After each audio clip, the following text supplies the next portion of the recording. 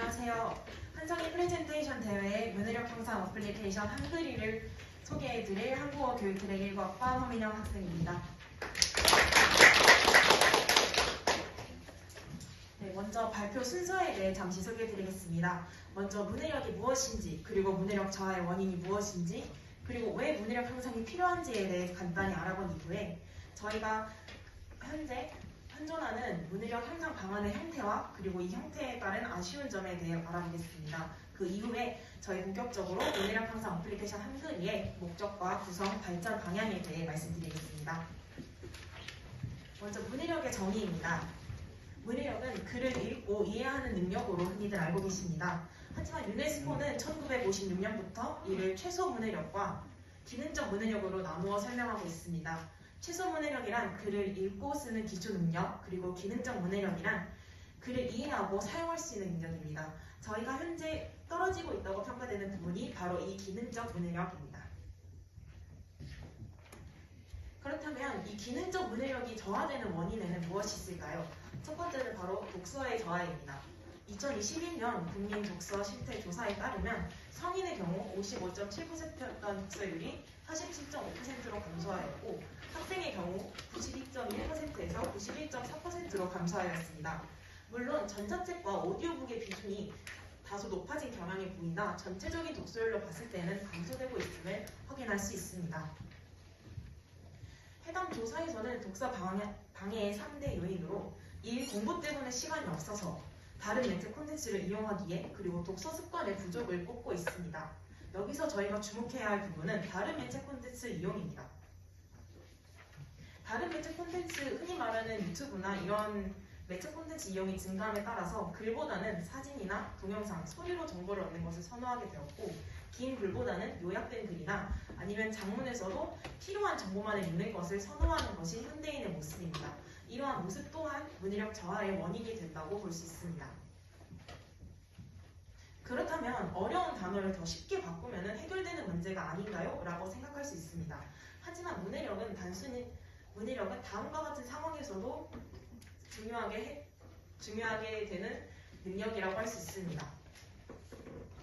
첫 번째로 방대한 양의 정보를 읽고 해석할 때 필요한 능력입니다.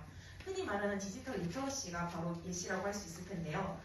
수많은 정보들 사이에서 어떤 정보가 나에게 필요한지 그리고 해당 정보가 맞는지 틀린지를 판단하는 데 사용되는 능력입니다. 두 번째로 학습 능력을 좌우하는 기초 역량입니다. 문해력은 단순히 국어에서만 활용되는 것이 아니라 저희가 수학 문제를 풀 때에도 그 수학의 지문을 읽고 해석하는 능력이 요구됩니다. 그럴 때 바로 문해력이 필요하다고 할 수 있습니다. 마지막으로 학습 도구 이해에 도움을 주고 있습니다. 학습 도구어란 학습에서 학습의 이해를 돕기 위해 반복적으로 사용되는 단어인데 대표적인 예시로 저는 탐구라는 단어를 꼽고 싶습니다. 저희가 일상적으로 탐구라는 말을 사용하진 않잖아요. 문제에서 해당 지문을 읽고 이러한 탐구를 진행해보세요 라는 식의 문제들이 많이 나오는데 그런 면에서 이제 문해력이 필요하다고 볼 수 있습니다. 그렇다면 현존 방안의 형태에는 무엇이 있을까요? 첫 번째는 모두 생각하셨듯이 국어 교육입니다. 보육부에서는 이 문해력 증진을 위해서 초등학교 국어 교육의 편성을 늘린다던가 아니면 방과후 학교 수업을 추가하는 등의 사업을 추진하고 있습니다. 그 외로는 저희 해당 두 어플의 경우 어린 아이의 독서 습관을 형성해 줄 수 있는 위키파이와 토도 한글이라는 어플들입니다. 이러한 어플들이 그 외 방안으로 볼 수 있을 것 같습니다.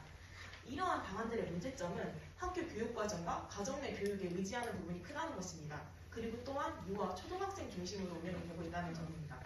그렇게 저는 교육과정과 이런 가정 내 교육에 의지하는 것이 아니라 학습자 스스로가 자기주도 학습을 요구할 필요가 있다고 생각하였고 그리고 초등학생 대상이 아닌 모든 성인 대상의 어플리케이션이 필요하다고 생각했습니다. 따라서 문해력 향상 어플리케이션 한글이는 초등교육과정에서 진행한 문해력 교육을 자기주도 학습으로 연장시킴으로써 꾸준한 학습을 통한 학습자의 문해력 향상을 목표로 하고 있습니다. 한글이의 기능에 대한 구성입니다. 첫 번째로 출석 체크, 어휘 학습, 문장 필사, 오늘의 퀴즈, 그리고 문해력 테스트로 구성이 되어 있습니다. 먼저 출석 체크입니다. 이달의 어휘 부분은 매달 반드시 암기해야 하는 어휘를 반복적으로 노출시킴으로써 학습자가 추석 체크를 하는 것만으로도 어휘를 알아갈 수 있도록 구성을 해보았습니다. 추석 체크의 경우에는 이번 달 몇 번을 추석했는지 그리고 얼마나 반복적으로 학습을 했는지 학습자가 확인할 수 있도록 구성해보았습니다. 다음으로 어휘 학습입니다. 어휘의 경우 어휘, 뜻, 예문으로 구성이 되며 어휘는 학습자 수준에 따라 단어장의 형태로 제시를 해보고자 합니다.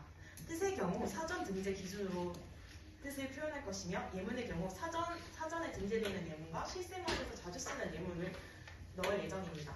다만 여기서의 논의점은 학습자 수준에 따라 단어장을 어떻게 구성하냐인데 이에 대한 방안으로는 토픽 시험과 한국어 능력 시험을 기준으로 삼아보고자 합니다. 다음으로 문장 필사입니다.